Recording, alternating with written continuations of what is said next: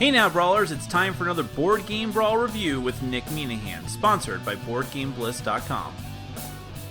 Today we're going to take a look at Room 25 Season 2. This is the first and only expansion for Room 25, and if you've watched my review of the original Room 25, you know that this box is enormous. It's about 4 times the size of the original Room 25 box, and that is because there's a lot of new content, but also because they want you to be able to fit everything into the same box. Now, what does this expansion add to the original game? Well, like I said in my review of the original, everyone complained about the fact that the players weren't distinct, didn't have their own powers.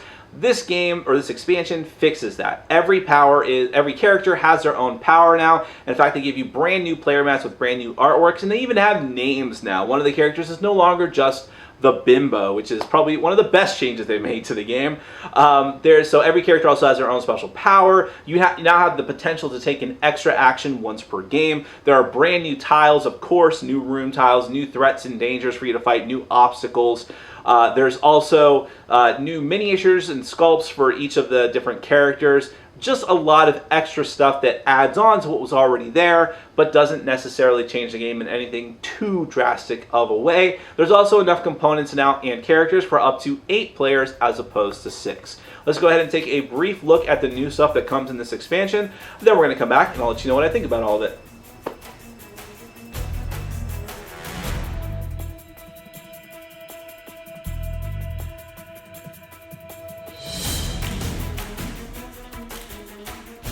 Alright, let me show you some of the new stuff that comes in Room 25 Season 2. This is not a standalone expansion for the base game. The most significant change in the game are the new characters. There's 2 brand new characters, but every other character from the original game has brand new player mats, artwork, and miniatures, and the reason for that is because they have powers. Now every character has their own distinct power, which makes them different from everyone else. In fact, everyone's going to have their own programmable action tile that has a little picture signifying what their power does. You program them just like you do your normal actions. Also, I guess I'll take this opportunity to mention that now you have a brand new slot on your player board for a third action. That's what these little DNA tokens are for. You're going to keep this off to the side, and then once per game, unless you're one of the characters, I'll get to that in a minute, you're able to program a third action by putting your little, they call it adrenaline, that's what it's called. You put your adrenaline token down there during the programming phase, and now you have a third action you can take that can be, it cannot be your special new player action, but it can be any of the other basic actions, even if you've already used it with one of your first 2 slots. So let's go over the character abilities. We'll start with a couple of the new people. You have Bruce here. He has the ability to mimic, so he can mimic other players' abilities so long as they are in adjacent to him. Then you have Sarah. Sarah has 2 different abilities. She can actually destroy rooms, which means she can replace rooms that otherwise have some sort of special effect and make them into empty rooms. She also has the ability to destroy robots. Yes, there are robots in this game. I'll get to that a little bit later. Here's the existing characters from the old game with their new player mats. Frank is quite powerful because his special ability is simply to recharge his adrenaline, meaning normally you'd only be able to use your adrenaline token once per game. Frank can use his special tile just to recharge that adrenaline and keep using it over and over again. Obviously, I should have taken the time to make sure these were all in the same direction, but here is Max, formerly known as the Colossus. So, by the way, they have names now. Yes, they didn't have names in the first edition. But his ability is that he can carry people. He can pick people up and carry them to another tile. Then you have Kevin K. He used to be called the Nerd or the Geek, either one of those two. He has the ability to hack. He can do one of 2 different things. He can either give a robot an order. Remember, I'll get to the robots a little bit later. Or he can switch to adjacent rooms. Well, they finally went ahead and named the Dr. Emmett because they're just not trying to hide that connection anymore. But he has his ability is lock, and he can either put one of these new lock tokens that comes with the game down in a room, meaning that people can't enter, or he can remove one of the Do Not Cross tokens. And Do Not Cross tokens, even though they're new to the expansion, can be used for tiles from the original game. Say, for example, the flooded room, which usually becomes inaccessible. You would put one of those Do Not Cross tiles on it. Now he can remove that if you want to use that for his ability.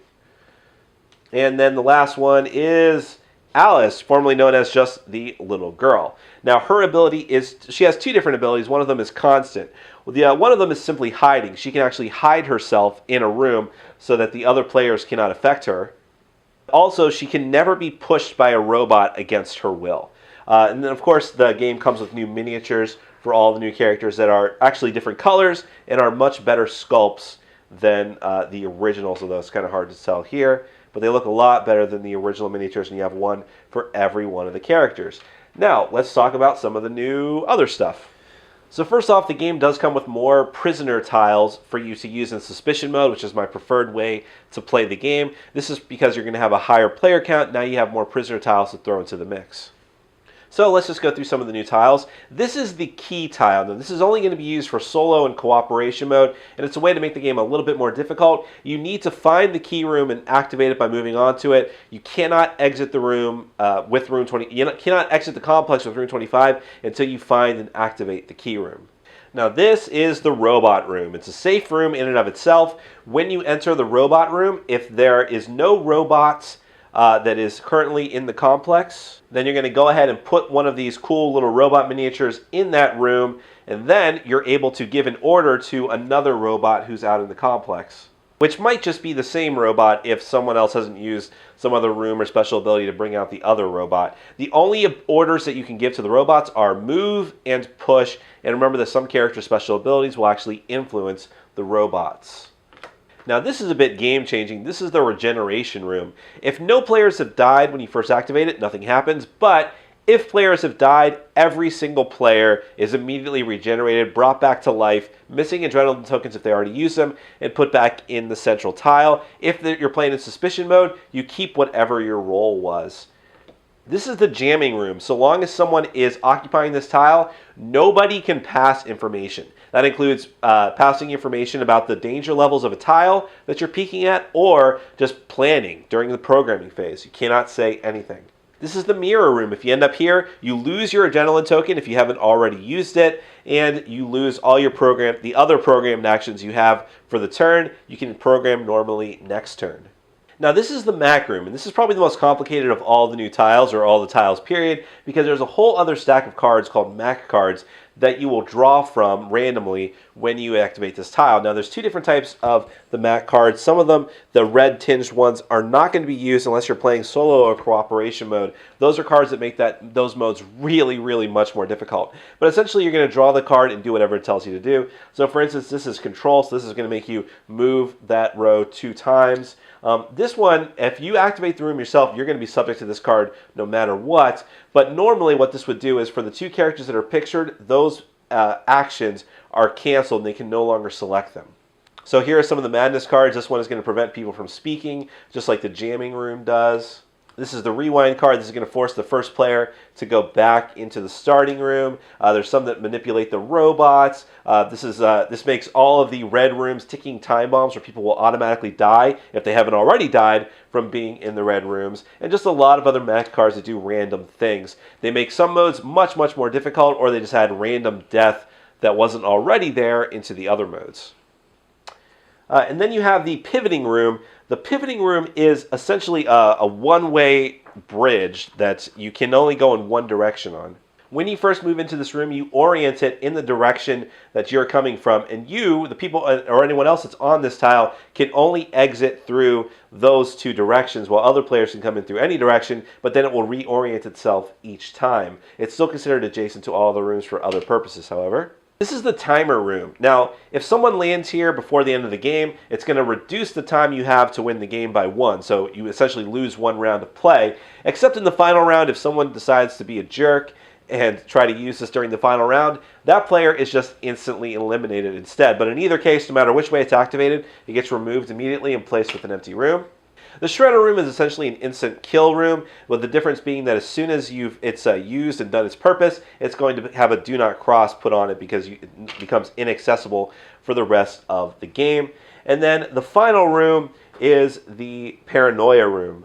This one is nasty because it forces you to randomize all of your programming tokens, including the ones you've already used this turn, and then just start pulling them randomly for your actions, taking 2 actions each turn unless you're just about to run out of them. It does not end until the start of a turn after you've run out of all your programming tokens, so it can be pretty nasty and random, hence the reason why they made it into a fatal danger tile. Well, that's pretty much everything that comes in Room 25 Season 2, other than the box and the insert, which is really, really big. I don't really think I need to show you that. So let's get to my final thoughts. All right, the first thing I need to mention is a bit of unfortunate business with the components, and that is that I was warned before I actually opened my copy from someone on Facebook that there was a lot of misprints with the original print run of the game. This game is not widely available in North America yet. You still kind of have to import it now, which means you're still getting some of the first print run of it. It's still relatively new. I think it came out closer to the beginning of the year. And the two problems that I know of are that one is that the backs of the tiles for Season 2 are slightly different in color, just slightly, than the first base set's tiles, Season 1, I guess. Now, I noticed it because it was pointed out to me, and I looked closely and saw it right away when I was pulling the new tiles out. But I shuffled all of them up anyways, set up the game, didn't tell any of the other players in the game, and because of the angle I was sitting at, I never really noticed, and I kind of made it a point not to really focus on the colors too much, but even then, I still didn't notice, and no one else mentioned that, hey, those tiles are different colors, so I don't think that's a huge game-breaking problem unless some tiles are, some people's copies have even darker or lighter tiles. I don't know. I can only speak about my own copy. Another problem I heard that my copy did not have was that some of the player special power action tokens are printed in reverse or something like that. I haven't seen this personally. I've just heard about it from the same source. I don't have that problem. But if you did have that problem, I can see where that would be a much, much bigger problem because you need to be able to see that the programming action tiles are the same on the backs. Otherwise, you have to hold them beneath the table, and that doesn't really work because people have to program them in a certain order. So I think my point in saying this is that you need to do your research and see before you inquire and buy the game whether or not it's going to have those problems, if you can even find that out. I know that Matagot has promised to make good and fulfill reprints and fix those misprinted things. I have no idea if and when they're going to do that, though, so I guess buyer beware, which is unfortunate because otherwise this is a very fun, solid expansion. The other quibble I'll just get out of the way right now is that really there's no reason this shouldn't have been a base game. It should have been.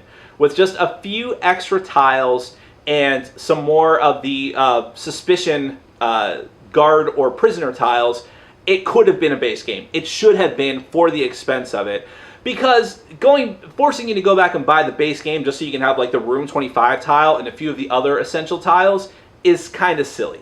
It really is. They should have just had people spend $5 more and make this a base game. I mean, they reprinted all the player mats. They had to because of the new special powers, and they gave you new miniatures. Everything else is new, and everything else is what you would need to play the game. You just are missing a few things. So it's kind of a shame that they didn't just go ahead and make this a full base game. I kind of felt the same way about the Dark City expansion from Legendary, if people have played that. So much content there, and they just couldn't be bothered to throw you some starting cards to make it a full game. In any event, what I love about this expansion, first off, the special powers, which I already kind of briefly touched on, but just making every character distinct from every other character. I know I've complained about that a lot to the point where I thought maybe I was exaggerating, but really, feeling different from everyone else, having a cool power all your own makes a tremendous difference. And at least having a name now is also a big thematic difference as well. But being able to be I forget what his name is, the blue guy's name, being able to recharge your adrenaline action over and over again, or being the Alice, a little girl, and being able to, with the cyborg arm, being able to not be pushed or carried against your will, or to hide, or to be the new character, the prisoner, and be able to mimic other people's abilities. All of these are really cool. They're really distinct. They just make you feel like a powerful character in regards to everyone else. So I love that distinction. It really makes a big difference in the game. The other great thing about the game is, of course, the new tiles. More variety of tiles, of course, is a great thing. When you're talking about a game like this, just having more and more and more of stuff, like having more aliens and cosmic encounter is a great thing. But some of these tiles are really, really cool. Maybe a bit fiddly, but still cool. The robot tile and being able to summon these robots and manipulate them are great. And even one of the characters' special powers, used to be called the Geek, I forget his real name now, and being able to hack the robots and use them, oh, so cool. Love that. The MAC cards, the MAC cards, which give you the drastic special abilities based on the cards that you have, oh man, that's really interesting as well. I even love relatively simpler tiles like the bridge tile, which just is a new spin on the existing tiles, but forcing you to go in one direction. It really can change your strategy a lot when you find out that you're stuck on a bridge and there's mortal tiles on both sides of you. And now it's like, well, I guess I'm doing the control action so long as I'm not in the center row. Otherwise, I don't know what I'm going to do. So I love all of that.